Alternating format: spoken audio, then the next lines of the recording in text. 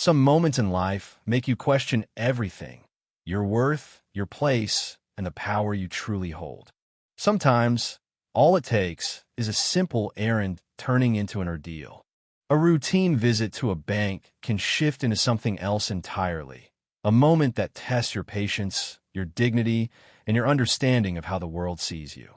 And sometimes, a single phone call changes everything. This is what happened to Celeste Monroe. And the question that lingered afterward wasn't just about what happened, but why it left everyone speechless. Have you ever been underestimated? If you have, you'll understand this story. The lobby of Heritage National Bank smelled of polished wood, fresh printed receipts, and old money. The kind of money that had sat quietly in accounts for generations. The kind of money that whispered instead of shouted. Celeste Monroe walked in that Friday afternoon with quiet confidence. Her heels clicked crisply against the gleaming marble floor as she made her way inside. She wasn't in a rush. She wasn't flustered. She was just another professional black woman handling business at the end of a long week. Celeste adjusted the strap of her leather handbag over her shoulder and let her gaze travel over the long line of customers waiting for a teller. Most of them shifted impatiently, glancing at their phones and sighing under their breath. Celeste didn't waste her time that way. She knew the game. She had played it too long to pretend she didn't understand how to move. So, she walked straight to the reception desk. The young bank associate behind it greeted her with a practiced, almost robotic smile. "Good afternoon.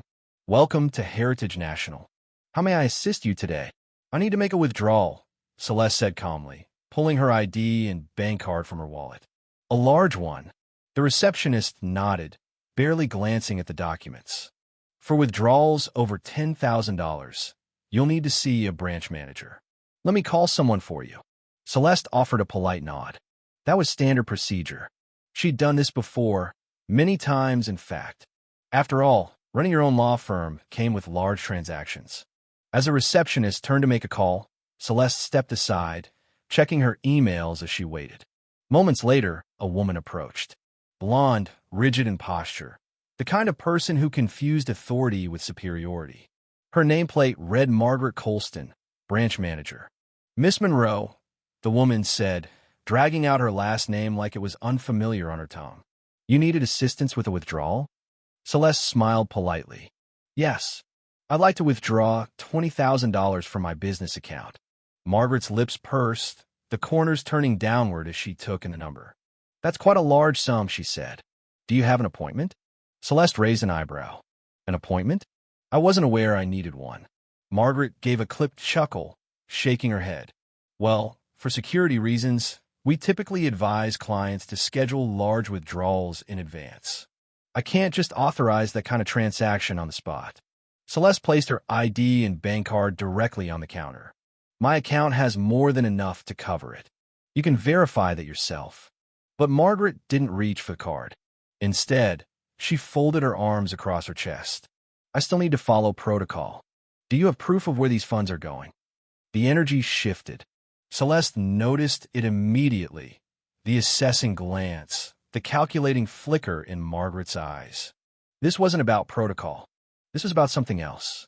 Her patience was wearing thin, but she kept her voice cool. "My proof is that it's my money." Margaret's smile was tight. "I'm sure you understand why we have to be cautious. We have policies in place to prevent fraud. You'd be surprised how often people attempt." "To do what?" Celeste cut in, her tone still even. Margaret clasped her hands together, her knuckles paling against the smooth granite counter. "Well, let's just say large withdrawals can raise red flags." "I'm sure you understand," she added, her tone implying the exact opposite.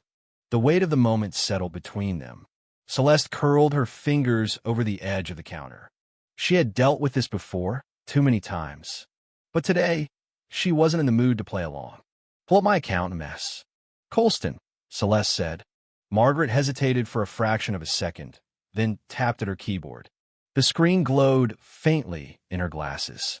Celeste watched as Margaret's expression shifted, her eyes widening just slightly at the balance displayed on the screen. "Well, your balance does seem to—" "Exactly," Celeste said, cutting her off. So there shouldn't be a problem. Margaret recovered quickly, slipping back into her tight smile. I still need a second form of identification, she insisted, and I'll have to verify with our higher-ups. These things take time. There it was. The brush-off. The deliberate delay. Celeste took a slow breath. She leaned in just slightly. Let me get this straight, she said. You have my ID. My business account is in good standing. You have my signature on file, but you still refuse to process my request. Margaret's smile didn't move. It's just policy, Miss Monroe. The air thickened.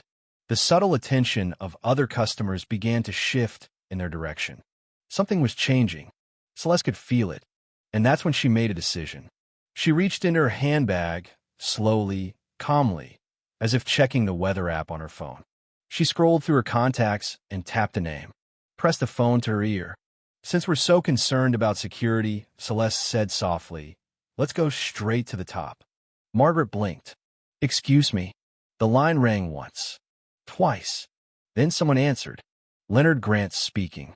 And just like that, the entire bank lobby fell silent. The voice on the other end cut through the tension like a knife.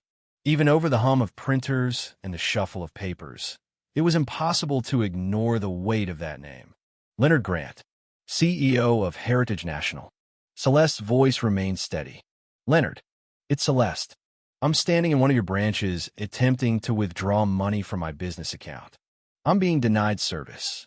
There was a pause. Then Leonard's response came, clipped and direct. Which branch? Celeste turned the phone just enough for Margaret to see the screen.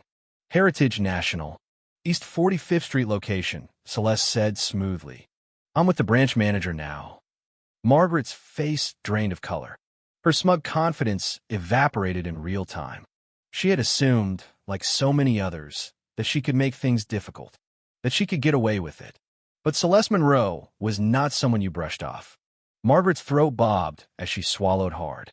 Then Leonard's voice came through again, firm as steel. Put her on the phone. It wasn't a request. It was an order. Margaret hesitated, but she knew she had no choice. Her hand trembled as she accepted the phone. Hello, Mr. Grant, she stammered. Celeste folded her arms, watching the unraveling. Margaret tried to explain herself.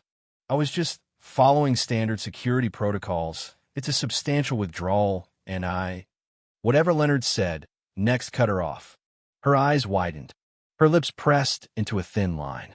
Yes, sir, she muttered. Of course, sir. I understand. Another pause. Then her brows knit together in surprise. You want me to? The panic was unmistakable now. Celeste tilted her head, a knowing smirk tugging at the corner of her mouth. She already had a good idea what was being said. Margaret's knuckles whitened as she gripped the phone. Her shoulders stiffened as she exhaled shakily through her nose. I understand, she said again, more defeated now than defiant. She handed the phone back to Celeste, her hand trembling. Your withdrawal, she said stiffly, will be processed right away. And just like that, the obstacle course Margaret had built crumbled. The same woman who had tried to block Celeste at every turn now snapped her fingers at the nearest teller. Process a $20,000 withdrawal from Miss Monroe's account. Now, the teller blinked but obeyed. He hurried to gather the paperwork, glancing nervously in Celeste's direction.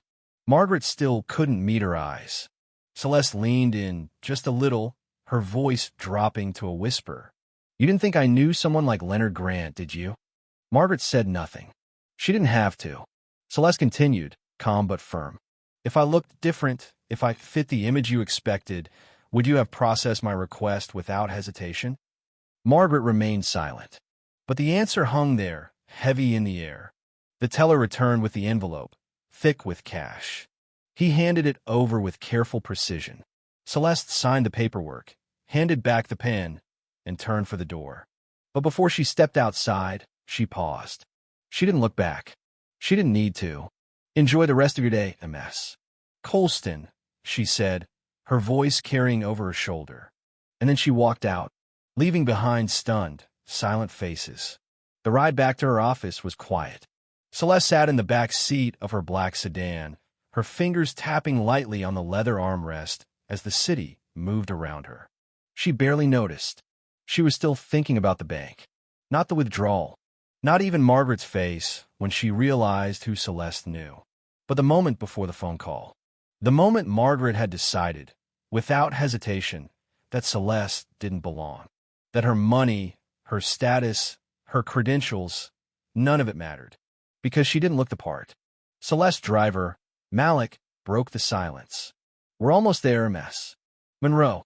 And he stops. She glanced at her phone. Missed calls, meeting reminders, and, at the top, a message from Leonard Grant. "Call me when you get a chance." Celeste sighed and slipped the phone into her bag. "No stops, Malik. Just the office." He nodded, and as they pulled up in front of Monroe Blake Law Group, Celeste caught her reflection in the glass doors. Her name was on the building now. Brick by brick, she had built it. No one had given it to her, and no one could take it away.